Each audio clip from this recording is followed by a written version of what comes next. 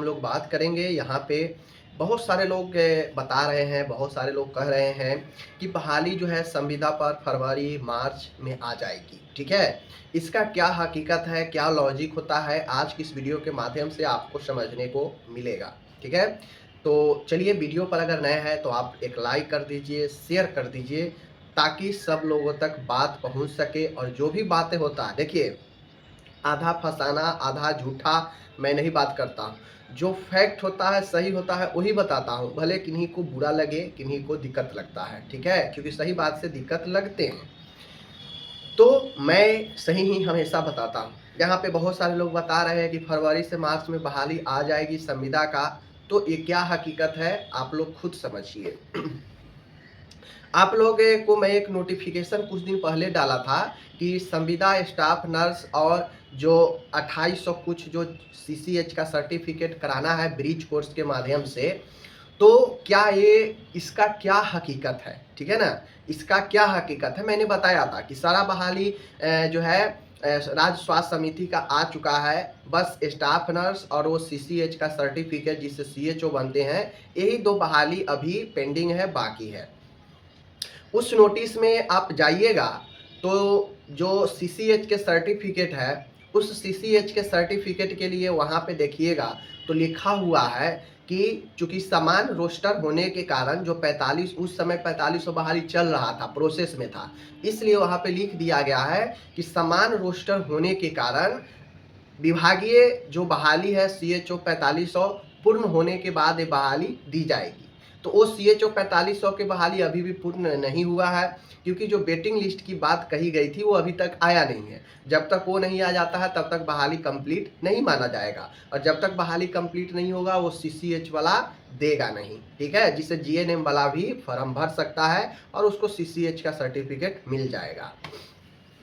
वहीं पर मैं बात करूं आगे, आप देख सकते हैं एएनएम का, जब वो नोटिस निकला था तब जो है बताया गया था कि कितना कितना संविदा पर बहाली होगा, उसमें एएनएम भी था। और जब वो नोटिस निकला था तो उस समय बहाली जो है परमानेंट बहाली एएनएम का 10,709 प्रोसेस में था, चल रहा था। तो वहाँ भी रिमार्क में ये लिखा था कि जो ये एएनएम की बहाली है संविदा वाला, यह जो है विभागीय, चूंकि विभागीय बहाली चल रहा है दूसरा बीटीएससी से, इसलिए कंप्लीट पूर्ण होने के बाद यह संविदा वाला दिया जाएगा। बात समझिएगा।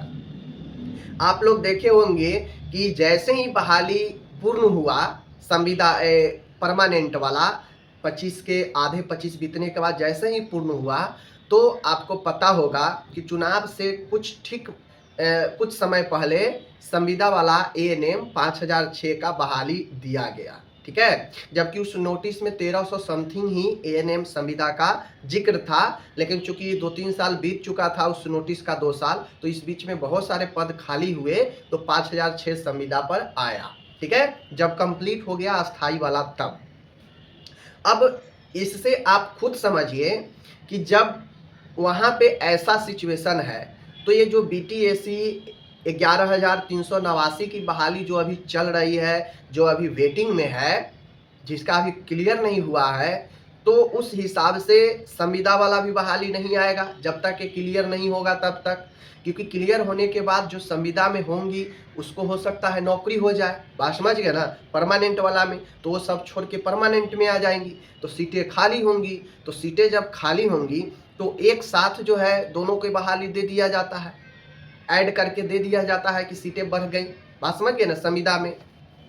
तो मुझे नहीं लगता है कि जब तक परमानेंट की बहाली क्लियर होगी स्टाफ नर्स के, तब तक संविदा वाला देगा। मुझे नहीं लगता है कि दे पाएगा संविदा पर। तो देखते हैं आगे क्या होता है। सबको इंतजार कर रहा है कि जल्दी से जल्दी बहाली दे, और देना भी चाहिए। बहुत लोग जिनको नहीं हुआ है परमानेंट में, वो संविदा में मेहनत करेंगे, क्योंकि संविदा में भी अब आपका एग्जाम होगा, नो डाउट।